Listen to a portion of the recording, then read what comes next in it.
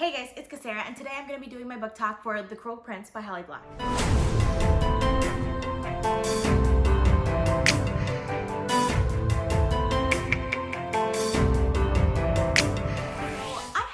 Planned on rereading The Cruel Prince at this time. I had thought I would just go straight into Queen of Nothing, which is coming out next week, and I'm so excited for it, but I don't know what it was with me. I was just in the mood to reread The Cruel Prince, and I guess my mind was already on next week when Queen of Nothing is coming out, so I decided to reread The Cruel Prince, and I have a lot to talk about. I haven't actually done a video on The Cruel Prince before, like just solely dedicated to The Cruel Prince, so that's why I decided to do this book talk. So for those of you guys who have not read this book, it's a YA story about a girl named Jude whose parents were killed like when she was very young, and she and her two sisters were taken from her house to live in Fairy with her parents' murderer, who is the general of the Fairy army, Madoc. She has grown up as his daughter in Fairy, so even though she's a human mortal, she's been raised as one of the Fae. Kind of has this really bad relationship with one of the princes, and there's just so much going on in this story because just the society, the Fae society in here is fantastic. I love all of like the politics and things, and just like the machinations of the society are really good, and I really enjoyed reading that. And just like her relationship with her sister and with her sort of stepfather and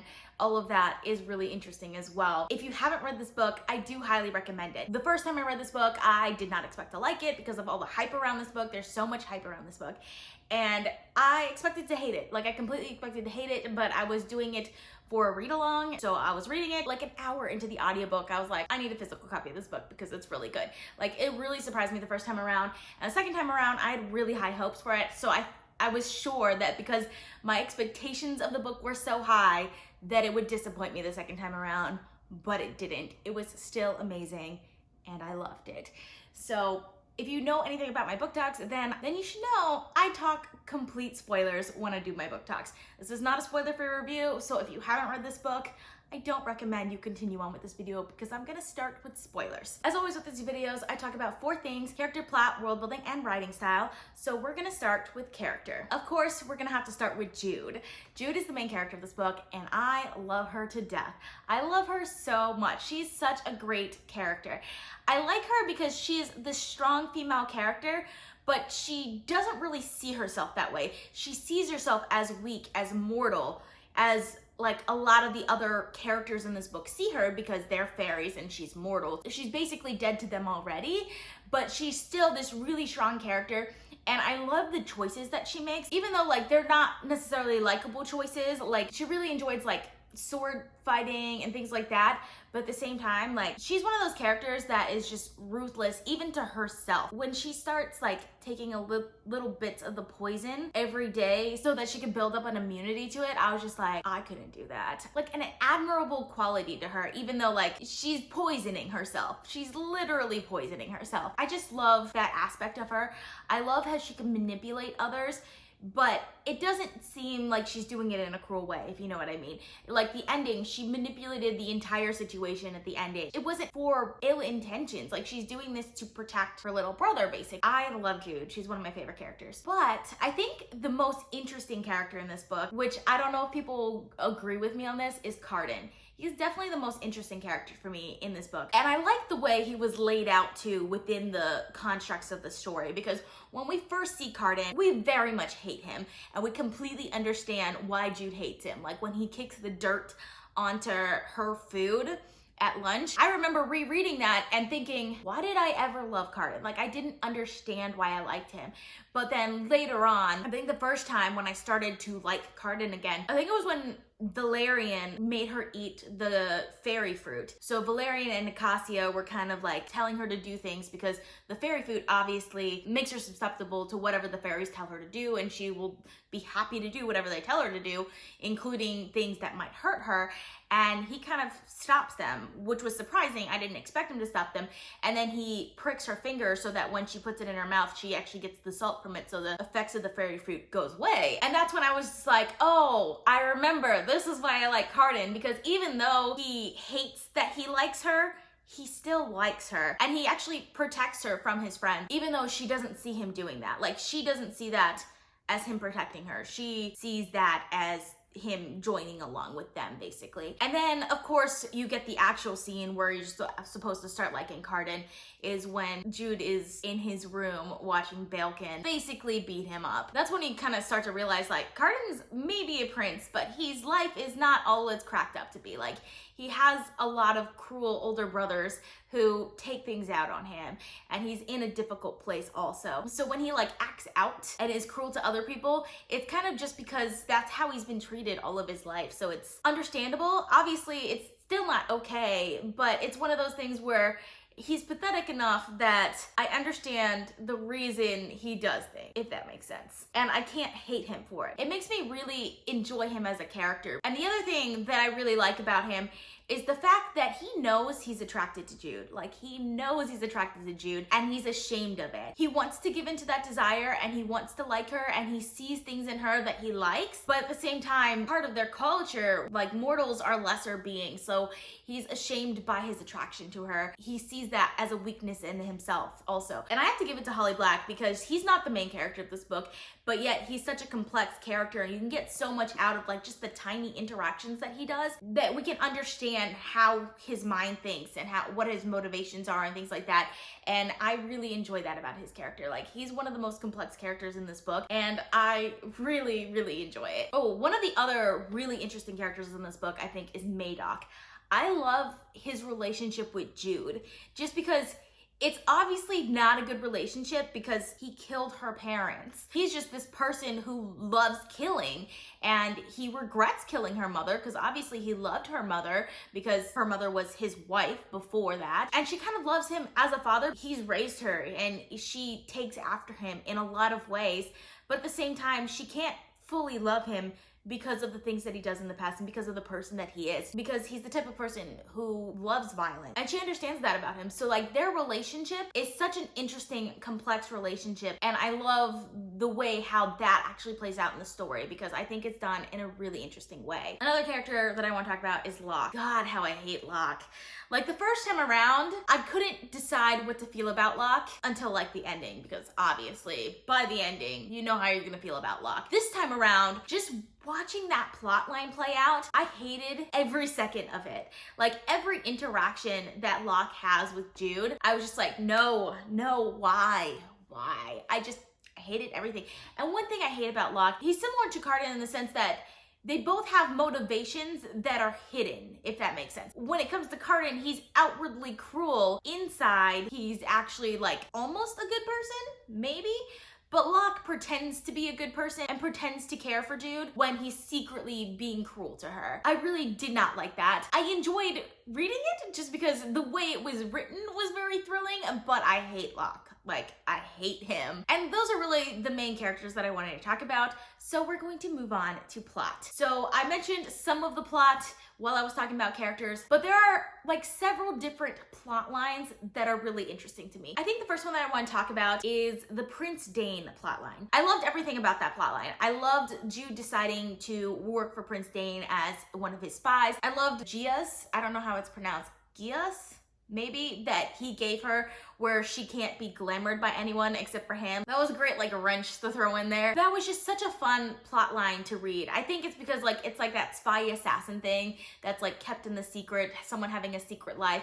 I think that's just very enjoyable to read in any book, and it was just a thrilling plot line and I enjoyed it, and I loved like all the different like twists and turns that plot line takes, because it's kind of like the main plot line of like the first half of the book, and I loved the way it was done. Like, it was done in a really interesting way, and I was actually really sad when Prince Dane died. There were moments, like there's this moment where I think Jude is with Locke and she has this vision of herself in the future, Locke on her arm, surrounded by the other Fae, but she's really spying on them for the High King, which would be Dane at the time, assuming that Dane became High King. I felt for that picture because I would have loved to read that book also, even though like I knew that wasn't ever gonna happen, but that for me would have been an interesting book to read as well because it had such interesting court intrigue.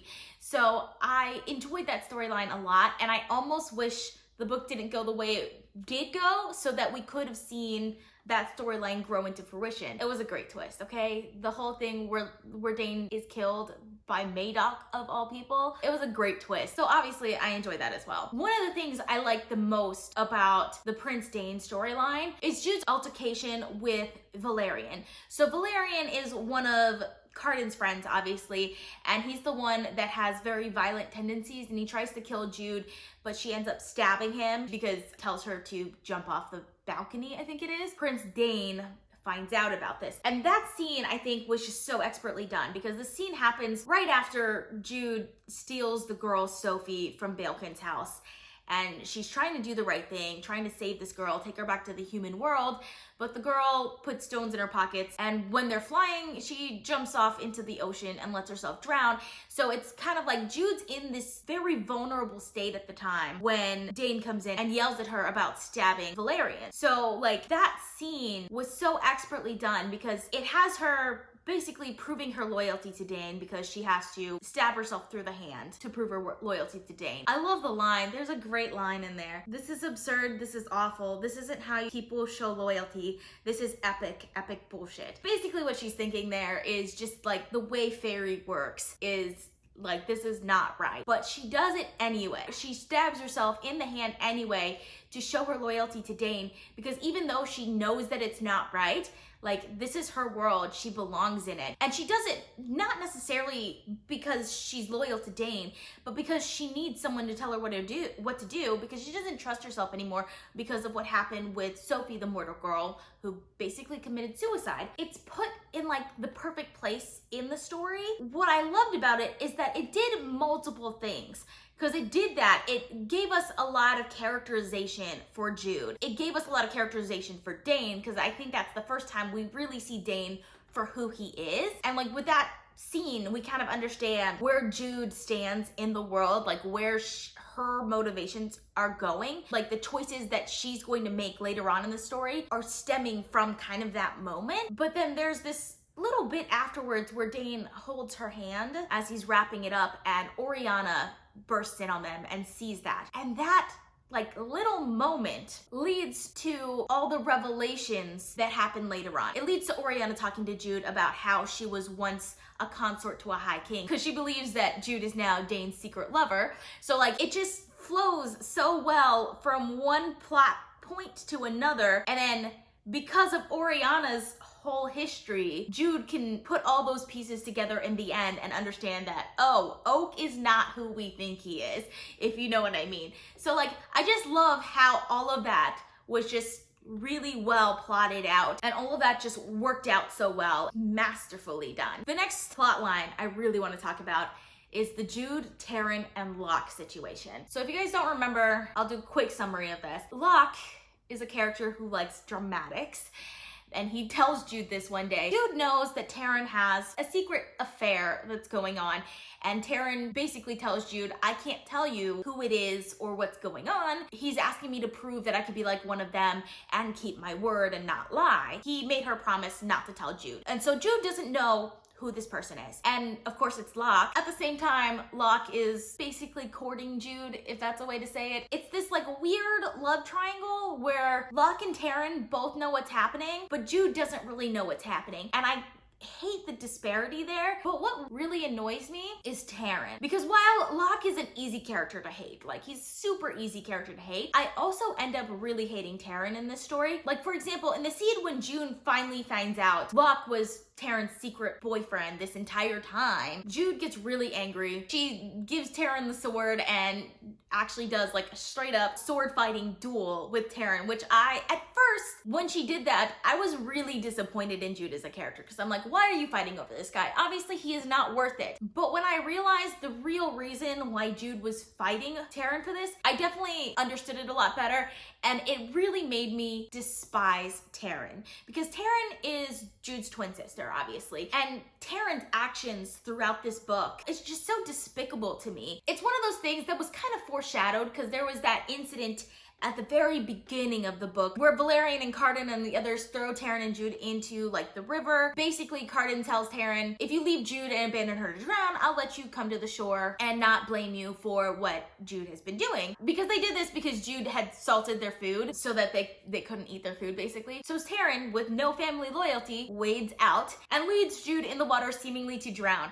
And I feel like that should have indicated something to me, that like Taryn is not the person that we think she is. And like during that scene with the duel later on, we find out that it was all Taryn's fault to begin with. Because I mean, the reason Cardan picked a fight with Jude in the first place and kicked the dirt onto her food is because Locke let them believe that it was Jude that stole him away from Nicasia, who is one of the other fairies, and she was basically the reason that Nicasia's heart was broken. So he picked a fight with her because of that, but it wasn't Jude, it was Taryn that had stolen Locke away. And Taryn knows this, and the entire fight between Jude and Cardan is because of Taryn. And Taryn doesn't tell Jude this. So Jude goes through all kinds of hell because of this fight, and it's all Taryn's fault. But instead of choosing her sister, she chooses Locke. I think the line that summed everything up for me was, I get why he chose her, I just wish she had chosen me. That line hurts so much. That's when I really understood why Jude was so angry.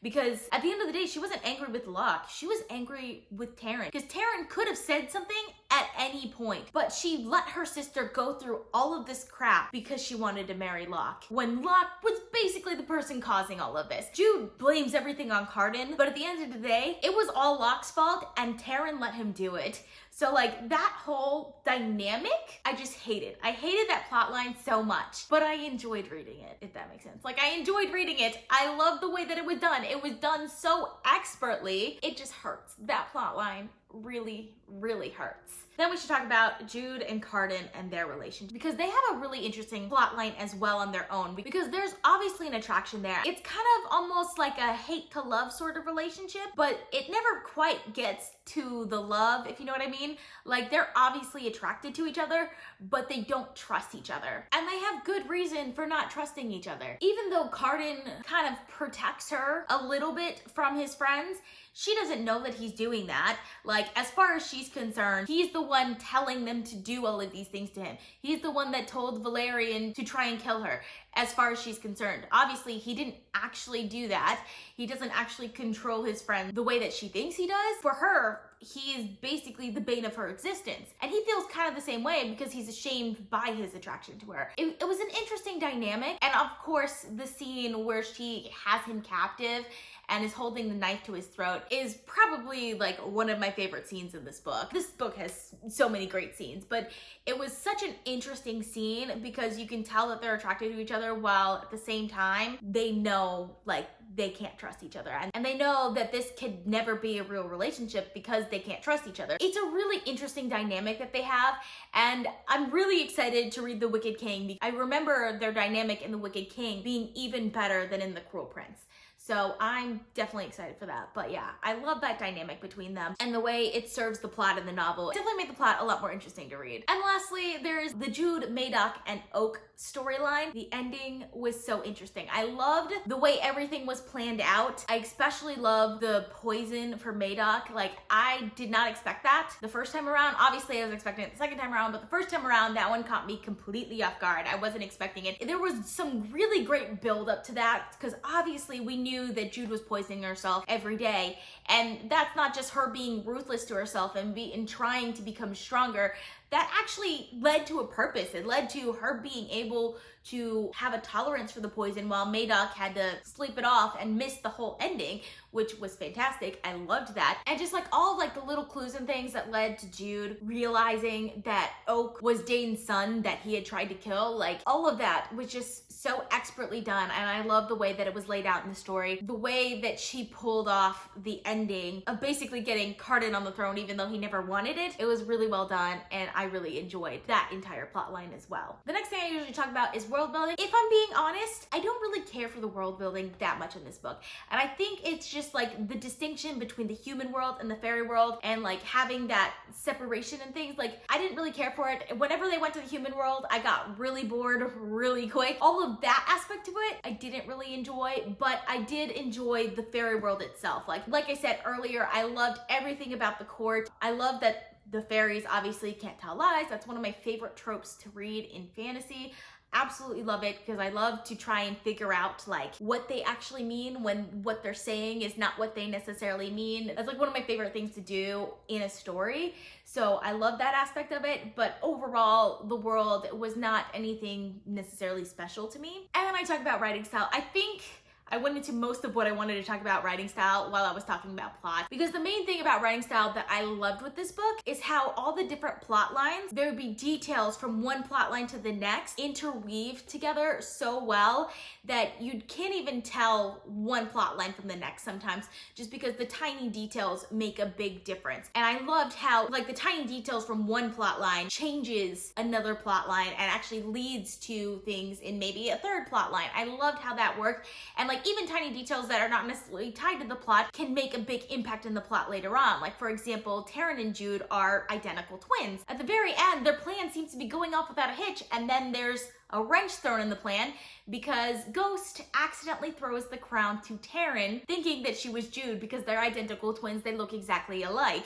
So like that mistake makes a big difference in the end. And of course that was very fun to read and I really enjoyed it. And I just liked how all those little tiny details actually mattered. Like I feel like every word in this book had a point. There wasn't a single aspect of this novel that didn't later have a really good payoff. So I loved that about the writing in this book, and I don't know how she does it because it's such a short book, but so much seems to happen in it. I think I forgot to mention, but I think it's a given. Obviously, I gave The Cruel Prince 5 stars because it's amazing and it's definitely one of my favorite books of all time. Probably my favorite YA series of all time. I'm definitely excited to finally get to Queen of Nothing next week. Like, so excited for it. I think my phone is gonna run out of battery, so I'm gonna try and wrap this up really quickly. If you guys have read this book, please let me know down in the comments. I would love to discuss it with you guys. I hope you guys enjoy watching. I post videos frequently on this channel, so consider subscribing. If you like this video, please give it a big thumbs up to support my channel. All social media links are in the description down below. Thank you guys so much for watching, and I'll see you guys next time. Bye.